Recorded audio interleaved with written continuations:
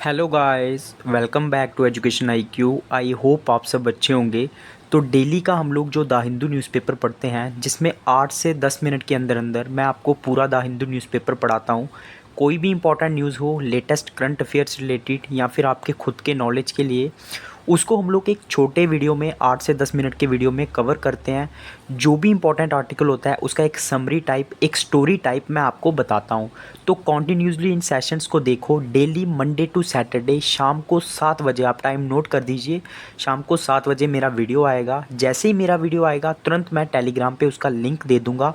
तो टेलीग्राम को आप लोग ज्वाइन कर लेना। टेलीग्राम का जो लिंक है वो आपको कमेंट बॉक्स में मिल जाएगा। जो मेरा फर्स्ट कमेंट होगा उसको मैं पिन करके रखूँगा। तो रेगुलरली इन सेशंस को देखो, आपको फ़ायदा होगा। आपको पता चलेगा न्यूज़पेपर में कौन कौन से आर्टिकल आपके लिए इंपॉर्टेंट है, किस तरह से न्यूज़पेपर को पढ़ना है, और साथ साथ में आपके जो करंट अफेयर्स हैं और जो वर्ल्ड वाइड क्या चल रहा है उसका नॉलेज जो है आपको होता रहेगा। तो स्टार्ट करते हैं आज का द हिंदू न्यूज़पेपर। मेरा नाम है अभिलाष। फर्स्ट न्यूज़ क्या है?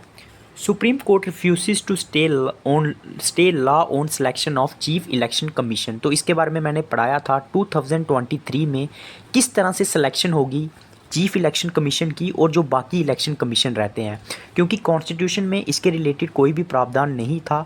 तो अभी ये एक्ट लाया गया, तो इसके रिलेटेड एक पैटिशन फाइल हुई थी। कहाँ पे? सुप्रीम कोर्ट के अंदर। तो सुप्रीम कोर्ट ने इस लॉ के ऊपर स्टे लगाने से मना कर दिया। उन्होंने बोला है कि हम लोग इसके ऊपर स्टे नहीं लगा सकते हैं। इस लॉ के बारे में मैं बताऊंगा आपको कि क्या ये लॉ है। ये जो लॉ है इसको बोला गया है chief election commission and other election commission appointment condition of service and terms of act. तो इसके अंडर में क्या है कि जो भी चीफ इलेक्शन कमीशन रहेगा या फिर बाकी इलेक्शन कमीशन रहेंगी उसकी किस तरह से सिलेक्शन होगी। तो इसकी सिलेक्शन करेगी एक सिलेक्शन कमेटी, जिसके अंदर में हमारा जो है प्रेसिडेंट जो है उनकी रिकमेंडेशन पे, जो भी कमेटी रहेगी उसकी रिकमेंडेशन पे अपॉइंट करेंगे चीफ इलेक्शन कमीशन और बाकी इलेक्शन कमिश्नर को। तो इस कमेटी के मेंबर्स कौन कौन रहेंगे उसके बारे में भी मैं आपको बता देता हूँ।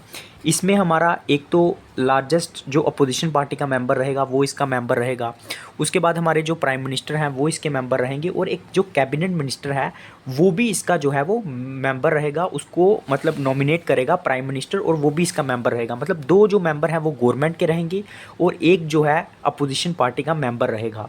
तो इसका मतलब क्या है कि कंट्रोल जो है वो पूरा गवर्नमेंट का रहेगा कि किसको जो है चीफ इलेक्शन कमीशन या फिर इलेक्शन कमीशन अपॉइंट करना है।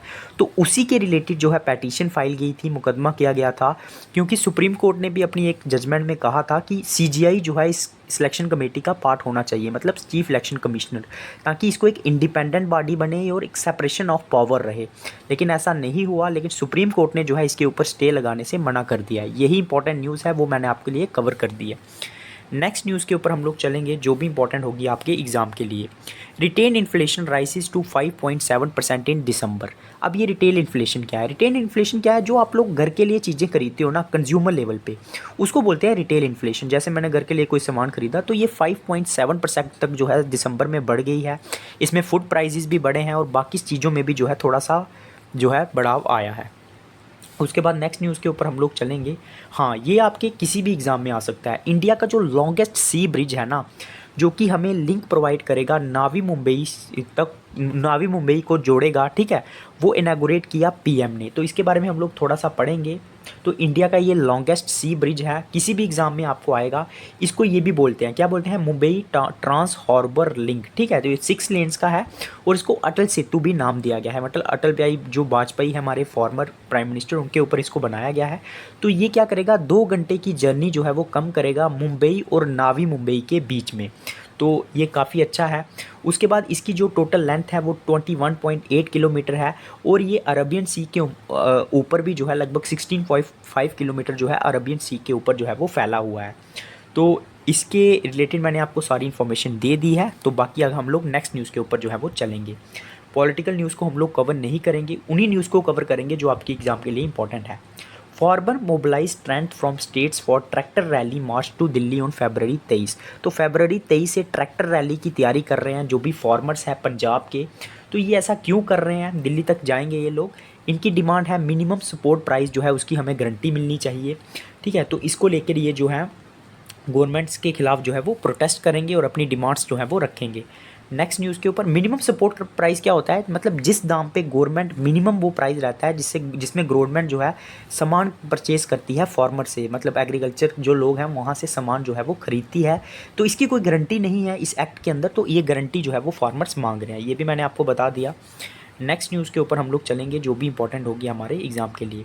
Focus on best practices as global meet on pulses return to India. तो एक मीट होता है ग्लोबल, इसको एक जॉइंट एक्सरसाइज या फिर एक जॉइंट सम्मेलन बोलते हैं, ये इंडिया में आ रहा है। उसको ऑर्गेनाइज कौन करेगा, national agriculture cooperative marketing federation of India limited और ग्लोबल पल्सिस कन्फेडरेशन इसको जो है इंडिया में ऑर्गेनाइज करेगी।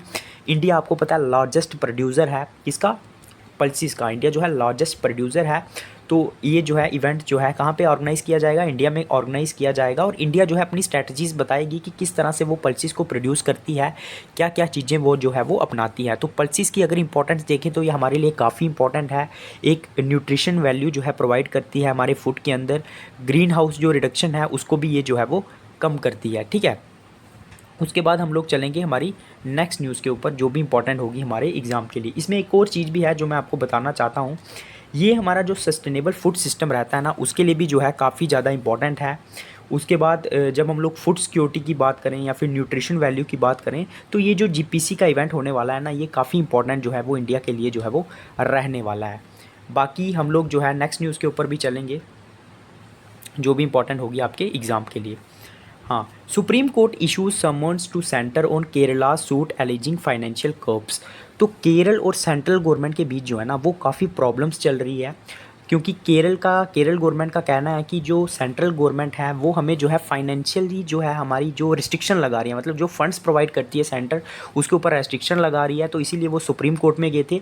सुप्रीम कोर्ट ने सेंटर को एक समन भेजा है, ठीक है, कि क्यों आप जो है इनके जो फंड्स हैं उनको जो है अप्रूव नहीं कर रहे हो। तो इसके रिलेटेड ये जो है इशू काफ़ी समय से चल रहा है। उसके बाद India Saudi Arabia discuss defence times joint training. तो इंडिया और सऊदी अरेबिया जो है ये इन्होंने अभी डिस्कशन की, जो मतलब इनके जो चीफ़ ऑफ स्टाफ हैं नेवी के, इनके बीच में डिस्कशन हुई। तो ये इन्होंने बात की कि हम लोग जो है नेवी और नेवी कोऑपरेशन को बढ़ाएंगे, मैरीटाइम जो सिक्योरिटी होगी उसके ऊपर बात करेंगे, बायलैटरल स्ट्रेटजीज़ के ऊपर काम करेंगे। तो ये सारी चीज़ें जो है सऊदी अरेबिया के साथ जो है वो बातचीत हुई, क्योंकि सऊदी अरेबिया जो है काफ़ी इंपॉर्टेंट कंट्री है अगर हम लोग अरब कंट्रीज़ की जो है वो बात करेंगे। नेक्स्ट न्यूज़ के ऊपर हम लोग चलेंगे। DRDO conduct successful flight test of Akash missile. तो आकाश मिसाइल का डीआरडीओ ने एक सक्सेसफुल टेस्ट किया चंदीपुर से, ठीक है। और ये जो है एक इंडिजीनियस मिसाइल है, इंडिजीनियस मतलब हमारी कंट्री में इसको बनाया गया है, रेडियो फ्रिक्वेंसी सीकर में जो है इसको लॉन्च किया गया आकाश मिसाइल। तो ये आपको याद रखना है। नेक्स्ट न्यूज़ के ऊपर हम लोग चलेंगे जो भी इंपॉर्टेंट होगी आपके एग्ज़ाम के लिए। तो एडिटोरियल आज इतना इंपॉर्टेंट नहीं है, इसको हम लोग कवर नहीं करेंगे। तो इसमें जो है हमारी नेक्स्ट न्यूज़ जो है हाँ वर्ल्ड की न्यूज़ है। UK US launch joint strikes against Houthi targets after Red Sea attacks. तो मैं काफ़ी समय से ये न्यूज़ कवर कर रहा हूँ कि जो हाउथीज़ है, जो यमन का एक शिया मुस्लिम्स का जो ग्रुप है, ठीक है, तो ये क्या कर रहा है, इसने बोला था कि हम लोग जो है सपोर्ट करेंगे किसको, पैलेस्टीन को सपोर्ट करेंगे, जो भी वॉर चल रहा है इजराइल और हमस के बीच में। तो उसके बाद जो है ना काफ़ी इसने रेड सी के अंदर में अपना अग्रेशन दिखाया, काफ़ी शिप्स को जो है रोका, जिसके बाद यूएस और यूके ने एक जॉइंट स्ट्राइक जो है इस हाउथी ग्रुप्स को जो है टारगेट किया है रेड सी के अंदर। रेड सी आपको पता है बहुत इंपॉर्टेंट है ट्रेड रिलेटेड, अगर हम लोग जो है वो चीज़ों को देखेंगे तो ये जो है वो काफ़ी इंपॉर्टेंट है। तो उसके बाद नेक्स्ट न्यूज़ के ऊपर हम लोग चलेंगे जो भी इंपॉर्टेंट होगी हमारे एग्ज़ाम के लिए। तो सारी न्यूज़ मैंने कवर कर ली है। एक इसमें इंपॉर्टेंट न्यूज़ है, जो अखिल शिरोन है उसने राइफल 3 पोजीशन गोल्ड जीता है एशियन शूटिंग चैंपियनशिप जो जकार्ता के अंदर में चल रही है। तो ये भी आपको याद रखना है। तो वीडियो अच्छा लगा होगा प्लीज़ लाइक करना, कमेंट करना और ज़्यादा से ज़्यादा शेयर करना। जय हिंद। हर बार फ़ोन तो नहीं करा।